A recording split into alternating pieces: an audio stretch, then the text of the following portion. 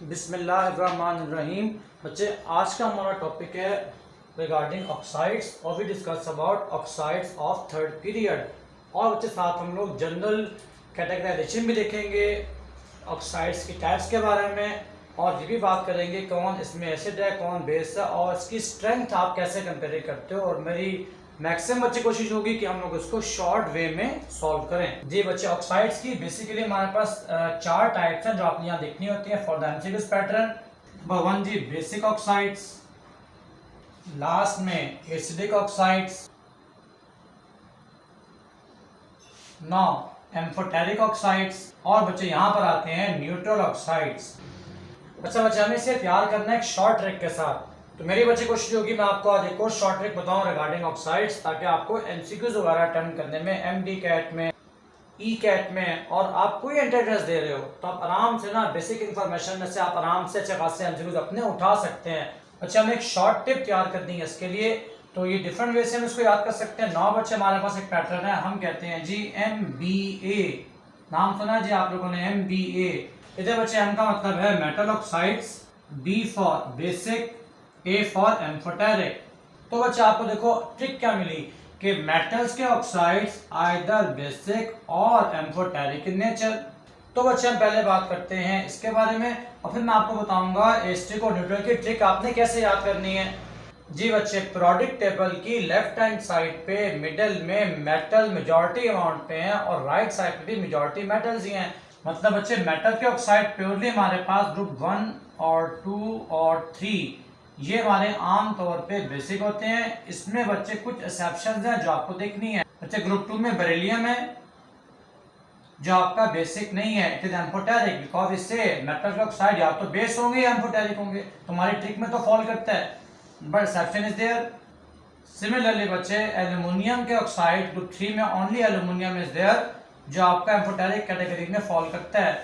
बाकी हमारे पास ग्रुप 3 के जितने ऑक्साइड्स हैं all of them are basic in nature. Now बच्चे आप इन्हें कैसे याद करोगे?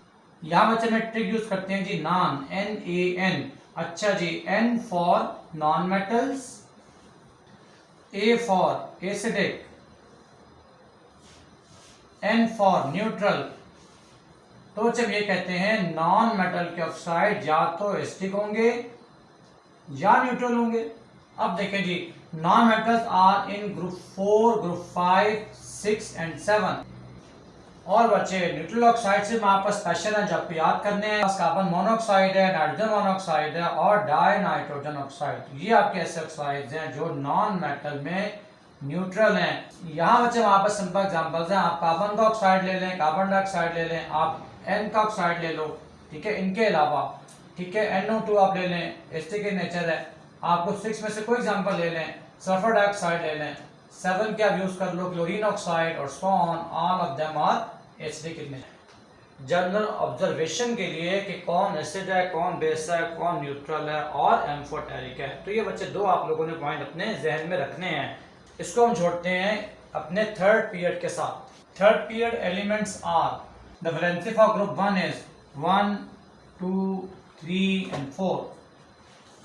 Here we have variable valencies 3 and 5 for group 5, 2 and 6 along with 4 for group 6, 1 and 7 for group number 7। तो ये बच्चे कंसेप्ट ऑफ वैलेंसी है। इससे आपको फार्मूला मेकिंग में थोड़ी सी आसानी हो जाएगी। तो पहले फार्मूला मेकिंग देखेंगे फिर हम साथ डिस्कस कर लेंगे इनके ऑक्साइड्स की एसिडिक और बेसिक नेचर। तो बच्चे ऑक्साइड्स की फार्मूला आप बनाते हो।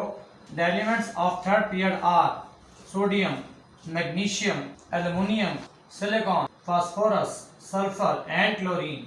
Argon do not make the oxide, noble gas है। Their oxides are Na2, MgO, Al2O3, SiO2.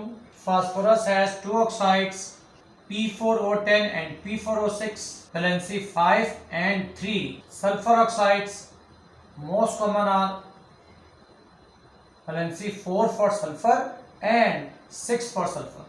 Chlorine are Cl2O and Cl2O7. valencies of chlorine is 1 and 7. Now हमने कहा था MBA metal oxides are basic in nature or amphoteric in nature and non-metal oxides are either acidic or neutral। Done जी। तो हम यहाँ main category discuss कर रहे हैं, that is these oxides are basic, aluminum is amphoteric for the third period, and all of these oxides are acidic because these are non-metal oxides.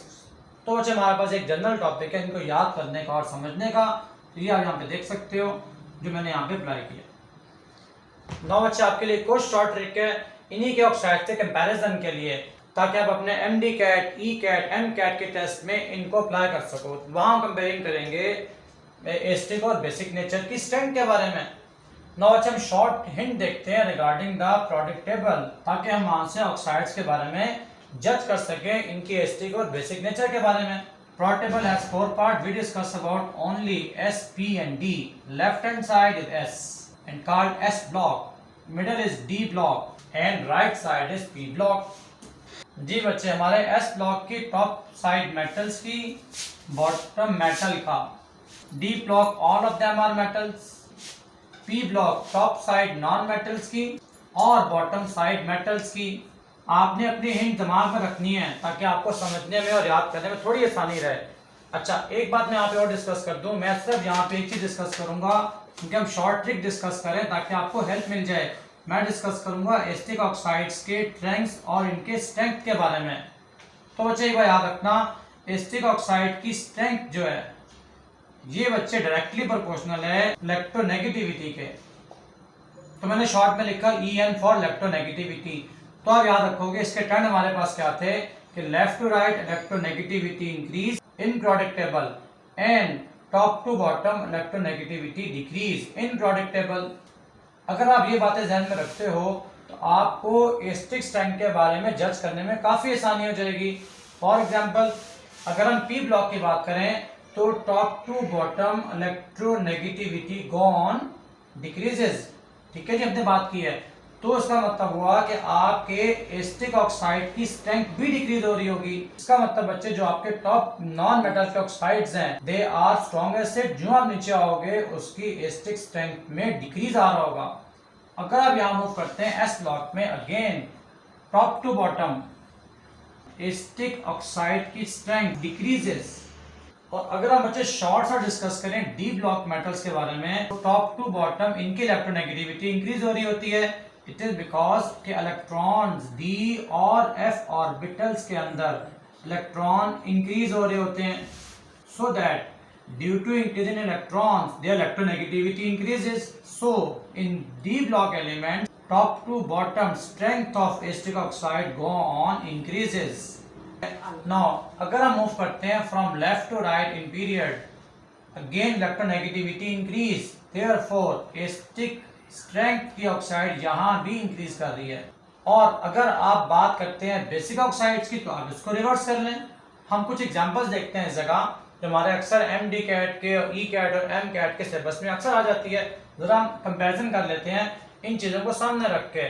For example ji, group 2 के oxides हैं magnesium oxide, calcium oxide, strontium oxide, they are the metal oxides of group 2।